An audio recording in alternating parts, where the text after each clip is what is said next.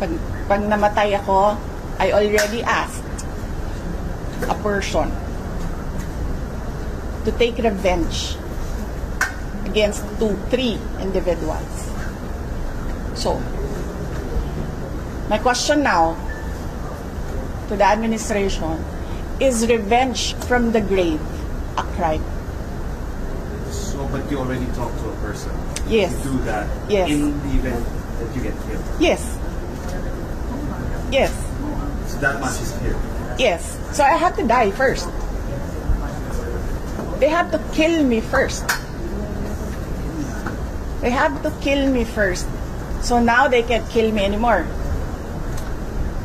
Unless they want to die. Kaya, hindi nakaganti si Benigno Aquino Jr. kasi hindi siya nagbilin. But you know, Benigno Aquino Jr. is not Sara Duterte. So, ibang tao din siya. Ibang tao din ako. This is a reply to the statement issued by the Presidential Communications Office on the order of Executive Secretary Lucas Bersamin dated November 23, 2024. The Marcos administration's insistence that the President's life is under active threat is ominous. I raise this caution as the President and his sycophants aggressively sell a narrative based entirely on my statement, which is taken out of its logical context. Bakit hindi nila pinapalabas kung ano yung question ng media? Bakit hindi nila pinapalabas kung ano yung una kong sagot? Bakit ang pinapalabas lang nila is the last, 4 words of my entire statement? They are building a narrative, and I'll tell you kung anong playbook ito. There is absolutely no flesh on the bone, and despite the absence of a reliable investigation, authorities were quick to consider this a national security concern. The diametric contrast and inaction are displayed when I have expressed in previous months threats to my person and the continuing threats to the lives of OVP personnel. Tossing the word assassin. Pakicheck, may sinabi ba akong assassin doon? Wala. So nilalagay nila doon sa narrative nila, assassin. And nilalagay nila sa narrative nila, murder plot. Into this issue, tossing the word assassin into this issue makes things even more terrifying for our country. And especially because I never used that term during my recent consternation against the Marcos administration's failure to serve the Filipinos while it masterfully persecutes political enemies. Common sense should be enough for us to understand and accept that the supposed conditional act of revenge does not constitute to an active threat. This is a plan without a flesh. Pag pinipilit mo siya na active threat siya, isipin ninyo ang buong mundo na nanonood. Ganito ba ang kapasidad ng mga Pilipino na mag-isip? Diba? At wala silang pakialam dyan. Pero ako, nahihiya ako na ganito ang kapasidad ng mga tao sa administrasyon.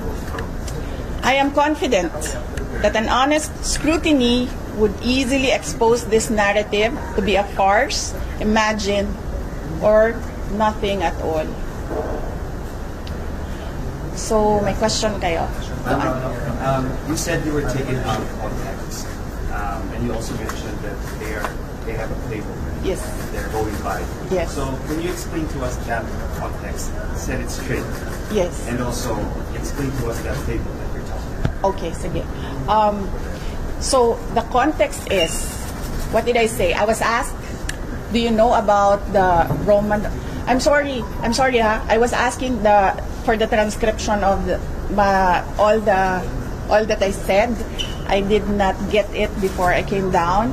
So, I have a problem remembering the exact words. Yes. So there was a question about Romanov, and I said, well, this is the first time that I've heard of that. But I've been warned by 2 persons already. 2. Be careful. I forget now what the words were said, but I will review my notes and I will tell you what that one person said and how he said to be careful, and that one other person, what that other person said. So, tatlo na yon.